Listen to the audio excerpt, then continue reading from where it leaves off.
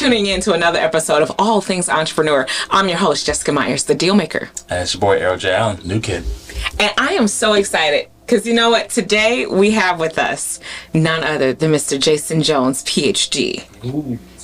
How's it going?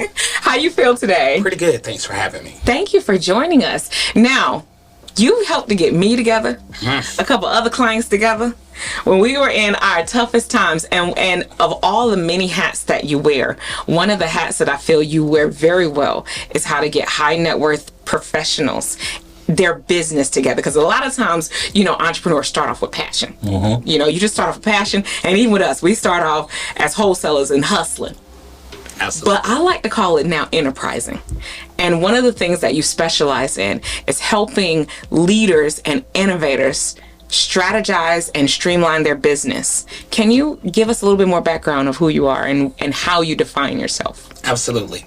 By definition, I define myself as a liver of life. And the reason I say a liver of life is because I'm one of those individuals. I believe that there is always an opportunity to jump. And by jumping, I mean there's always an opportunity to see something for what it is, but to make it what you want it to be. Regardless of what your circumstance is, regardless of what the circumstance may be, and regardless of what the outcome may look like, there's always an opportunity to explore. So by nature, I'm an explorer. I'm a Libra. I'm a more balanced Virgo Libra, as most people would call it, because I believe that formation and foundation is important. But I also believe that living and being free and true to who you really are and your true identity is even more important, because that really leads to what you're overall looking for in destiny or journey. So for me, it's working in education, it's working in community, it's advocating for mental health, it's helping entrepreneurs to find that one thing that they're passionate about and focusing on that one thing and making that one thing the main thing overall to get money, but also to live a life of freedom and the dreams that they desire. That was really deep. Because a lot of times when people, I like to call it from hustling to enterprising, because hustling, you're just doing it. You're just doing your passion. You're like, hey, I like to bake cookies and sell pies. Let me do that. I like to just flip a house here, flip a house there. But one of the things that we like to do with our audience is help them to understand how to bring it together and make it make sense. And then more importantly, how you create additional revenue streams from that. Like, how do you take people who like, I don't know what I'm doing, and then now they're making money? Because like you said, you've been a part of 8-figure, 9-figure exits. Right. And I think a lot of times we go through that phase of ourselves figuring it out. So you're dabbling in this, dabbling in that, dabbling in that, and there's really no clear plan to achieve any goal in any of those aspects, because most people think multitasking is a gift. It's not. It's a curse. Wait, I feel like you just called me out. Wait. The reason why I say it's a curse is because you can never give 100% energy to everything you have going on. And the only time you're really effective to give 100% to anything you have going is when you actually stop focused and your direct attention is on that thing, i.e. your marriage. You're not focused on your kids and your spouse and cooking dinner when you're spending time with your spouse, because you're developing that relationship with your spouse. The same thing with your kids. If you're an entrepreneur, you're not watching your cell phone when you're at your kids' basketball game or their football game, because you're focused on that one thing, giving them your whole 100%. And that's how it has to be with entrepreneurship. If you're going to do it and do it at 100%. So, as you said, everyone, and I don't knock it because there's a process. Everyone jumps into the entrepreneurship game because they make $100 or they make $20, and it's like, let me keep doing it. Yeah, if I just multiply that times 10, if I can multiply this simple process by 10 and get more income, that's what I'm going to do. And then it happens a year or two later, and now you have to go back and recreate this entire wheel that's already designed. Because what we know in the free space of entrepreneurship and the free space of living your dream is there's really no rules. But actually there are rules. And the rules that everyone wants to break away from are the rules that actually lead you to success. That was one of the things, I ain't gonna lie, as much as I advocated, leave corporate America, let's go. You fired your boss at 19. Like, ain't never look back. You know, as much as we want to do that, there is something to corporate that works and why it scales and why companies have been around since the 1800s and are still, you know, going now. And if you don't adapt that, because I know people I just want to invest, I just want to make money, I just want to come up. But if you don't adapt that, and that's one of the things that you helped me to do, you were like, slow down to speed up. Yeah, because that's important. I think everybody wants to get to the destination, and no one actually wants to take the journey of what this actually looks like. And I'm a man of faith, so my thing is faith is now. But everybody sees faith as right now like, oh God, I want a house. Oh God, I want a car. Oh God, I want this business to be successful. But nobody wants to do anything that's required outside of asking, because we've been all taught, oh, just asking, you will receive. But in the middle there is faith is now. So is an operative word of you have to do some work. In between faith and now, there's a path that has to be taken. And somehow or another, getting to that now requires you to do that internal work. It requires you to do that corporate structure work. It requires you to do that work overall to emotionally balance yourself to take on what does taking on more money look like for you? Because what does your money history look like, and what have you been told? What does your entrepreneurship journey look like, and what does actually being in corporate America look like for you? Because if you are a horrible employee, you might be a great entrepreneur, but then there's a system you have to follow and put in place. And then when you get into that place of putting that system in place, are you at a place of emotional intelligence to balance out the money, the people, the process, and the product? Because that's essentially what it is. It's a repeated cycle. Yes. So 2 questions for you. So obviously the person you are today is vastly different from the person you started in your beginnings. Oh, absolutely. So what are some major leaps, hurdles that you have overcome, major changes that have helped mold you to the person you are today? Oh, that's a very good question. One, playing to everybody else's opinion of what my ideal life should look like. I think that's the biggest thing, because either, I'll just speak for me personally, as an African-American man, you grew up in a household of you have to do this, you have to do this, you have to do this, you have to do this. And so everybody's roadmap is kind of defined for them. For me, it was one, getting over the parental approval and understanding that what my parents want for me may not be what I want for myself, and what they say, and what they say to me may be a projection of fear. And watch this other word I'm going to say, may be a projection of fear, but at the same time protection.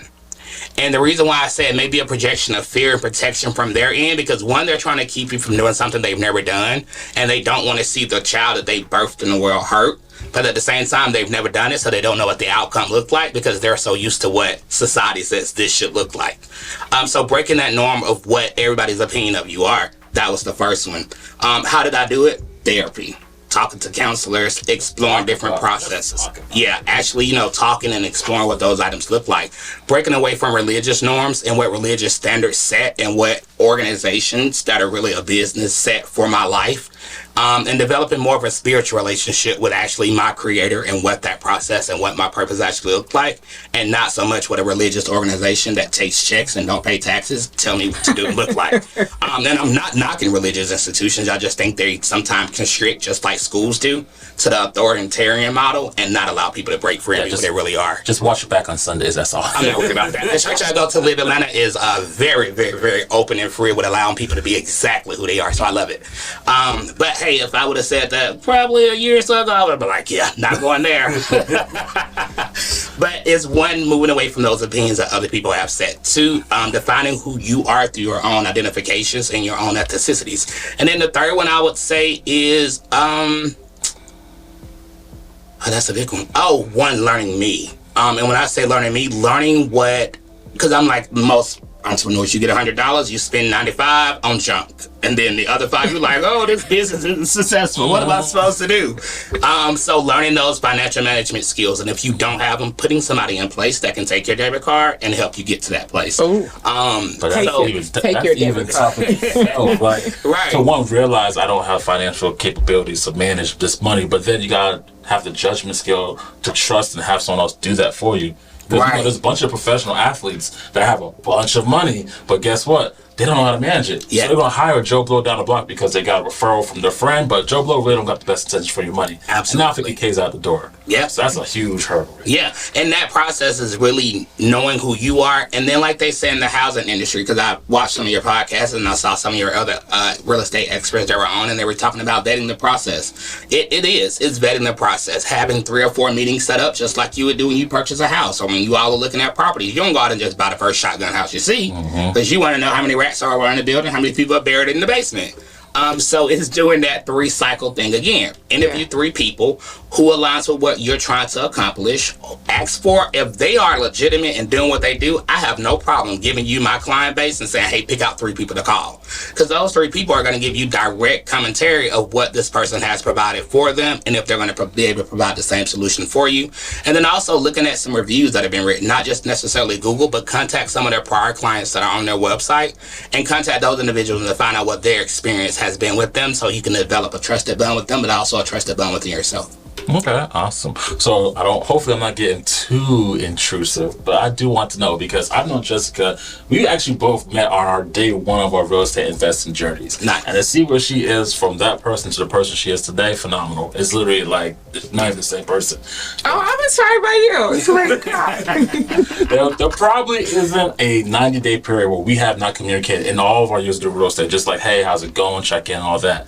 What grooming or what, nudging has been done to help with Miss Jessica? Don't want to put your dot, see, but just what things have. What empowerment techniques and strategies have been used to move Jessica forward to where she is now? That's a very good question. I know. I'm just curious. I'm curious too. Very good question. So Jessica has already been a master pro of herself in the networking, real estate, emotional intelligence building space. And I tell people all the time, Jessica was like this butterfly for me, because Jessica was actually speaking at a conference, a generational wealth conference that I had the ability to work at and put together and help orchestrate.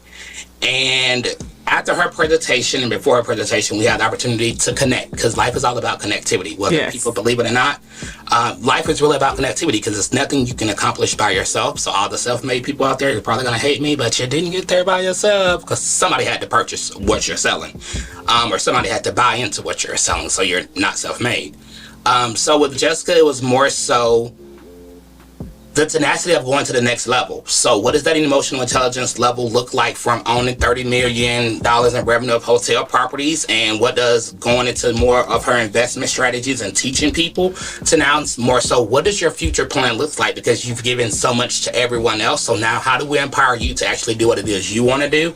And what are the steps that you want to take? So a lot of it's been more so helping her to roadmap out what those future plans look like, and that comes from an emotional intelligence standpoint. So having the arguments, having the cries, having the walks, and having the development to say, hey, let's look at this plan and see what works. Developing SMART goals, and not your strategic SMART goals that most people set, like, oh, I just want to own a nice business, make 6 figures, and live my best life. No, more so, what does those goals look like for you smartly for your life personally, as a person, as a wife, as a sister, and then also what does that look like for you as a business owner? Because all those aspects are very different, but all those aspects are important.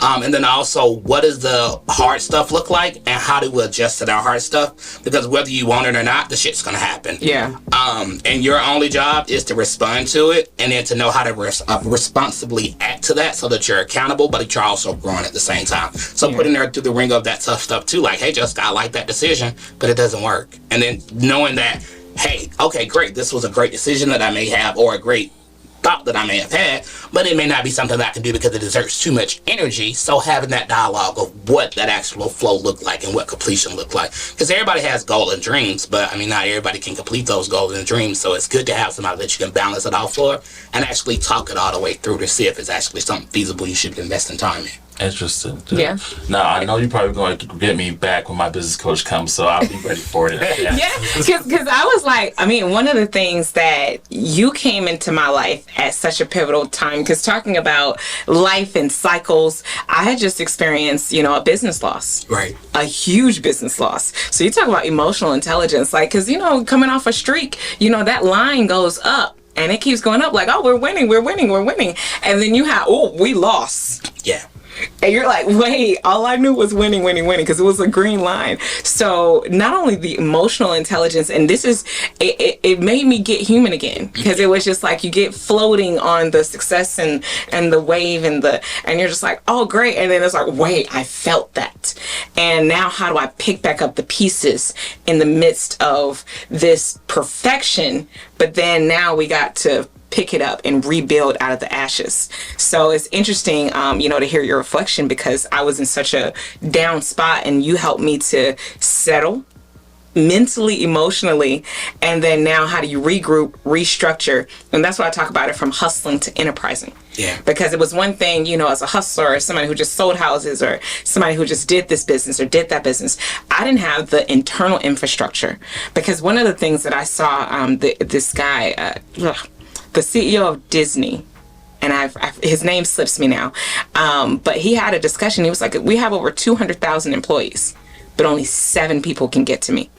And I was so enthralled by that, and you hear that and you're just like, oh, okay, and let me just go on about what I'm doing here. And I realized, like, in order to scale, in order to get to the next level, I need to get to that space. Yeah. And you helped me understand that if you are in the center, like you said, with your vision, your dream, and your goals, this is how you set up your protective moat around you, by having the business infrastructure that protects you. That if somebody has something to say about why this invoice didn't get paid, because that's what our phones can get boggled down with contractors calling, why this invoice didn't get paid? You need to be talking to my CFO. Mm-hmm. Yeah. Like, even if you have to create an email, and it's all Errol, but it'd be like CFO at legacyovercurrency.com. Yeah, and I think that's you make a very good point, because I get clients all the time that say, well, I just make 5 figures and I'm trying to grow to 6 figures. Or, because I'm not one of those people that run around preaching, oh, let me help you grow a 6, 7, 8 figure business. It's cute, but it's not that great. Because when you get a 6-figure business, you're really still a 5-figure business. Because by the time you take everything out, so you're really not a 6-figure business. Exactly. Exactly. And 7, 8, and the 9, and it goes on with the surface. But all of them have the same question. And I had a client to ask me specifically this morning, what's the difference between me, a client that's building, that has a sustainable 6-figure business, and your mentor that runs a 9, 10, 11, 12, 13, 14-figure business, and the clients that you work with that runs those businesses? There's no difference. They're human just like you. They have families. They have pressures. Their pressures and their internal pressures are a lot bigger.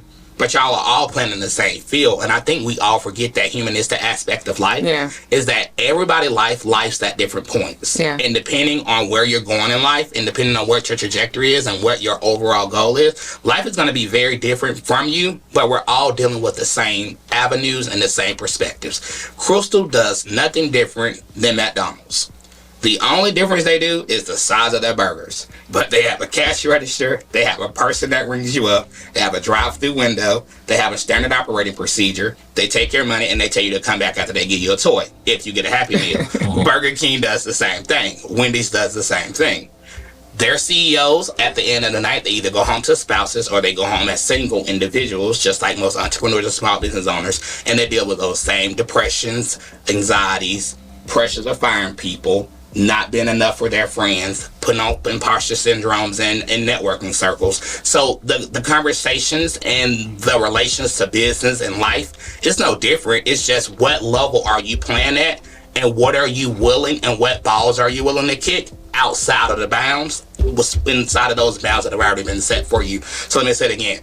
What pressures are you willing to deal with, and what balls are you willing to kick outside the bounds and not be restricted by it going inside there and somebody catching it? Because that's really the only difference. Yeah.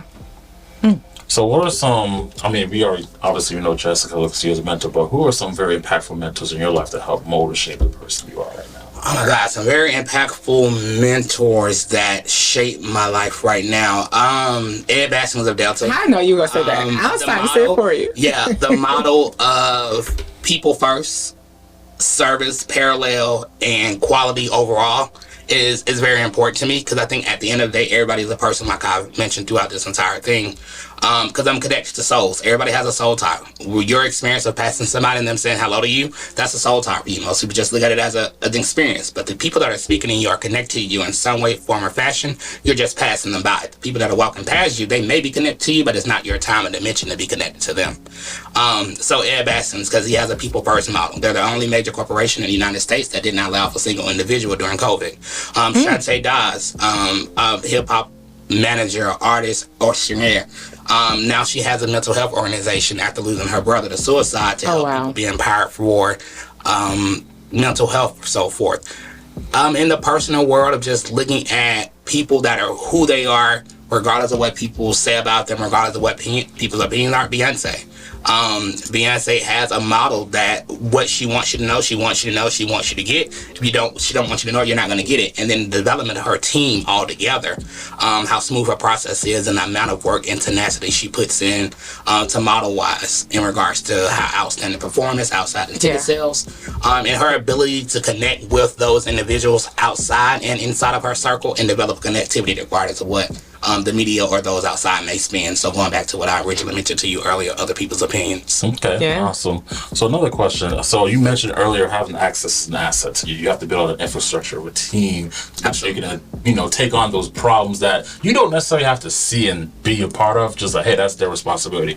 At what point in your personal operations of business did you say, you know what, I need to build that team out now because this is no longer just some me thing, it's a we thing, it's bigger than me?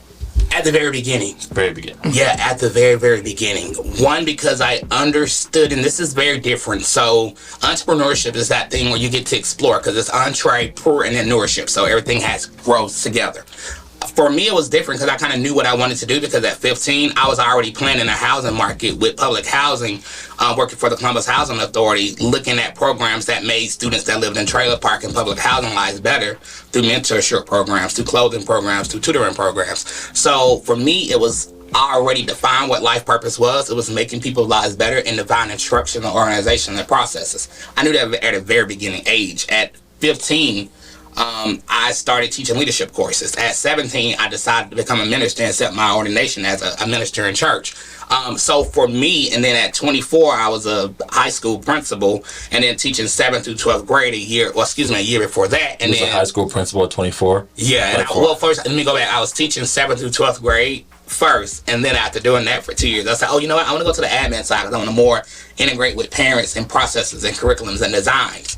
So for me, it's always been a servant leader role, but also knowing in that servant leader role, it's not about me, it's about the people and the products and the clients I have the experience of dealing with every single day. And I thought I felt good because I was off to be the HOA president at 29 in my house community. And 29. I thought I was doing something. But okay, cool. Oh no, you've been making global impact for years. Yeah. Because you got involved with the global Global Entrepreneurship Congress. Yes, when you back in the early 2000s, late 1900s, late 1990s. I was about to say 1900s. We are in the whole new century now. Yeah. So with the Global Entrepreneurship Congress, our goal is to open up entrepreneurship from the base of your idea, so idea conception to startup to final exit, if that's what you so desire. Giving everyone, regardless of background, religion, creed, financial status, family status, or whatnot, but the opportunity to capital, the opportunity to education, opportunity to entrepreneurship from not just a local perspective or a state perspective, but to think globally. So what the Global Entrepreneurship Congress does is every week in November from the 13th through the 19th, we have Global Entrepreneurship Week. And what Global Entrepreneurship Week does is it gives opportunities for anybody to join any type of conferences, seminars, fact-based missions or research opportunities, but also networking opportunities with policyholders, financials, investors, streamline entrepreneurs that are already been where you are, that are trying to get where you go, and all these accesses are free. So you're not paying for any of these classes. The Kaufman Foundation has done a wonderful job of assisting with funding and sponsoring a lot of these activities that are put on around the entire United States. And the Global Entrepreneurship Congress is actually in 280 countries. So we're talking about over 1.6 million people coming together in entrepreneurship for 1 week, designing strategies, defining the partnership, and implementing strategies all over the world. So I tell people, when you think of entrepreneurship, just don't think about what local problem you can solve. Think about what international problem you can solve, because everybody gets into entrepreneurship, but you have to really think, is your entrepreneurship a hobby, or is it really solving a problem that really exists, and it's not your problem, but it's a world problem? Yeah. And that's one of the things you're really good at, because I feel like everything can be changed with the right question. Right. And a lot of our therapy, or a lot of our sessions, are, and I call them therapy because it's like untangling a necklace in your head. You know, right. A lot of high achieving people can overthink, because as much as you just referenced Beyonce, as much as we reverence her and appreciate what she's done, she's somewhere now reviewing the tape of all 56 shows. Like, what can we do better? And that's when Or in a meeting to plan her AMC movie lunch. Yeah. that part.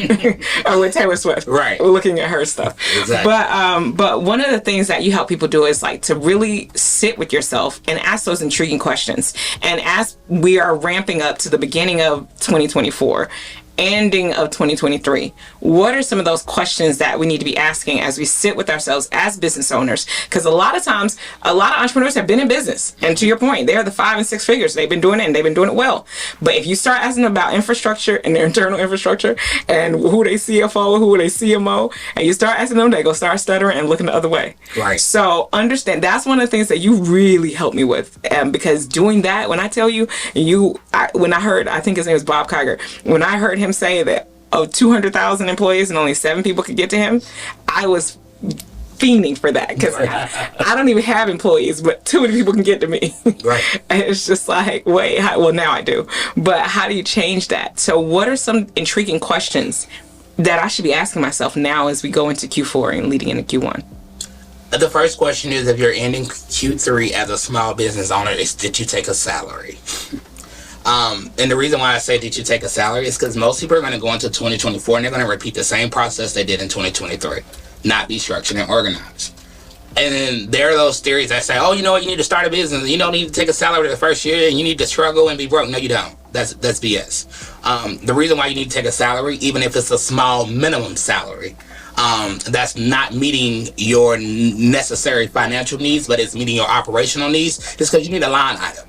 When you go to the bank and you're delaying 2 years to pay yourself because somebody told you that's the best thing to do, now the bank is like, okay, great, we'll see you in 2026 when you got 2 years of history, because you decided to wait. So ask yourself that question: what can I afford to pay myself, and what cost adjustments or cost analysis do I need to make now to make sure that I can pay myself a salary in 2024? The next question I think most entrepreneurs need to really ask themselves is, do they have a workable model? And by workable model, I mean, do you actually have an internal system in place where you're doing check and balances on your systems to make sure that your insurance is up to date, to make sure that your services are up to date, to make sure that your team members are emotionally stable? It's one thing to walk into Burger King and order a sandwich and they get it wrong and you give it back to them and y'all are going about your day. But it's a totally another thing when you go into Burger King, order a sandwich, and y'all are yelling and screaming across the counter, y'all are hitting at each other. They throw it sauce. I see some of the videos. Because inside of that, now you've created an entire legal issue for this and a litigation issue for your company and this corporation that they now have to stop and handle. So now it's going to cost them more money. So where y'all used to go to Burger King, exactly, you used to go to Burger King, get a $4.99 Whopper. Now you're mad because you got to pay $7.99 for a combo, but litigation costs and everything else that happens. So making sure that your employee, your team has that emotional stability. Is that what's happening to inflation? All these people getting mad, and then we got to pay legal fees. COVID played a role in that too, and the feds and the rest of the people played a role in that too, but absolutely. And then the third most intriguing question I think is most important for everybody to ask themselves is what do you enjoy doing, and how do you get back to that point? Because the thing is, as kids growing up, all of us had these ideas and these notions and these concepts in our head. And then at some point, somebody stepped in and said, that's not realistic. that's not realistic. But here's what I can tell you. In non-realistic, I haven't missed a mortgage payment. In non-realistics, I haven't missed a car note. In non-realistics, I'm eating what I want to eat. In non-realistics, I'm living the life that I dream that I can live. In non-realistics, I can visualize stuff and act on that visualization and see the end result. Whereas in realistics, I'm stuck and can't make a decision. So asking yourself, when you were a child, what did you enjoy doing? And can that thing you enjoy doing as a child make you money and help you live the life that you truly and really desire? Because at the end of the day, nobody gets out alive. Nobody. Regardless of the amount of money you made, regardless of the amount of house you lived in, regardless of the amount of car you drove, regardless of the amount of how much money you gave Gucci, LBY, NTN, all those other great people, Targets, whoever you give it to, nobody gets out alive. So at the end of the day, everybody has a death date, and we're basically just waiting for it to play out. So it's like really asking yourself, childlike, what did I enjoy doing? And can I do that and make money doing what I enjoy doing as a child? Are you doing what you enjoy doing? I am doing more than I enjoy doing. Yes. Better than I imagined. Exactly. Yeah. I love it. Oh, awesome. I get up every day at 4:30 in the morning without a problem. Wow. I mean, so many takeaways. I mean, this has just been amazing. 4:30, yeah. Yes, and he's serious about that because he's up at 4:30 with a success list. Yes. Success list of and instead of to-do list, it's a success list of what we're achieving for the week. Because success lists tend to make people over exaggerated. It's like, oh, I got this, and these are all to-dos. So in that pressure of to-do, think about it. Everybody get up, take out a piece of paper right now, write down my social security number. Take it down and write it down. I'm going to need my social security number. So everybody in this room literally paused, and they thought about me giving this social security. Into the fact that you're going to be like, this dude is stupid. Like, literally, he is literally about to give us his social security number. Did you really think he was? Yeah. I didn't think it. I knew it was a behind something that went right. So in that, if I told you to take out a pen and write down my social security number, you're going to think that I'm this insane person that's going to give you this number that has so much power. That invisible number has the power to shape our destiny. That invisible number is attached to everything in life you do. Meaning that number gets to determine whether the world says you can have this or not have it. Haves and won'ts. So if we give that invisible number so much power, why don't we give our mind the same power?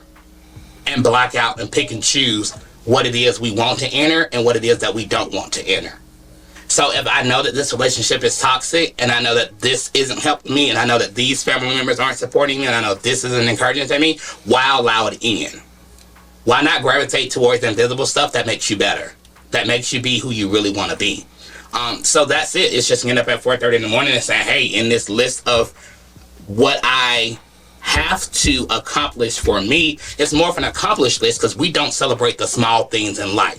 So on that list is going to the grocery store. Yeah, it may be a to-do list for somebody, but on my success list, going to the grocery store in Atlanta traffic at 3 o'clock in the afternoon, getting in the grocery store, standing in the long line, that's a damn accomplishment. Or even going to Chick-fil-A and waiting for 20 minutes. That's an accomplishment. So I'm going to celebrate that when I get in the car. However that celebration may look for you. What time do you go to bed at, though?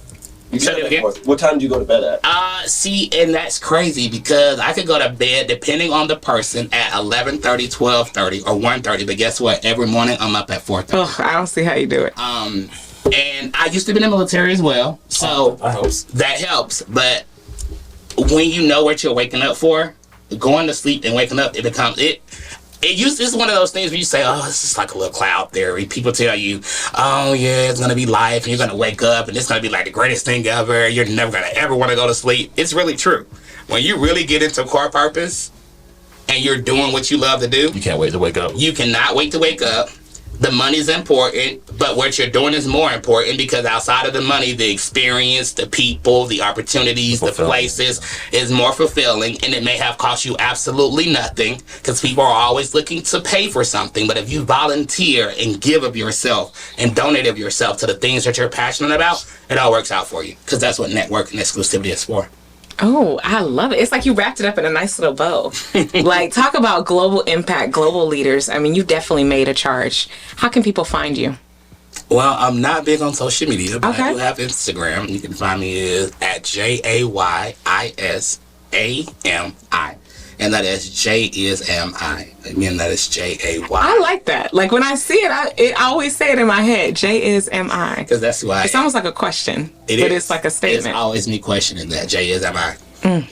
Very powerful, very powerful. What were some of your takeaways? Well, first of all, I have a to-do list, but I'm not changing to a success list now because I literally have, like, this is my to-dos for the day, but just that simple mind shift of just making now a success list. Because, again, some of the things, going to shopping, going to Chick-fil-A, that's an accomplishment, and I need to look at it like that. Yeah. So that's one big thing. The other thing is definitely access is an asset. Like, if my phone was on right now, oh my goodness. So building out that infrastructure even more is another thing for me. Oh yeah, and I mean I've already learned so much, but I mean just even the questions because as an entrepreneur, you know, I always like to think that I plan, but when you asked me like the other day what were my revenue goals for the next 4 months, I was like, oh, I think the last time I did that was last September. Like, and that was the 4 months leading into this year. And I'm like, And Lord knows what this year, life done life. So it's like, I haven't even reset those goals. So now, like, I'm ready to, okay, we need to get to writing so that I can write down the goals. So thank you for always shining. That's why it's so important to have somebody, when you're talking about iron sharpening iron, you need somebody. When I tell you LeBron got somebody better than him that he practiced with, Serena Williams got somebody better than her that she practiced with, it's always important to have somebody that is stronger than you, that calls you and draws you to something greater. And that's what we hope to be here at All Things Entrepreneur. Thank you so much for tuning in to another episode. I'm your host, Jessica Myers, the Deal Maker. And it's your boy, Errol J. Allen, the new kid. And as always, you know you got it. Let's get it. Let's go.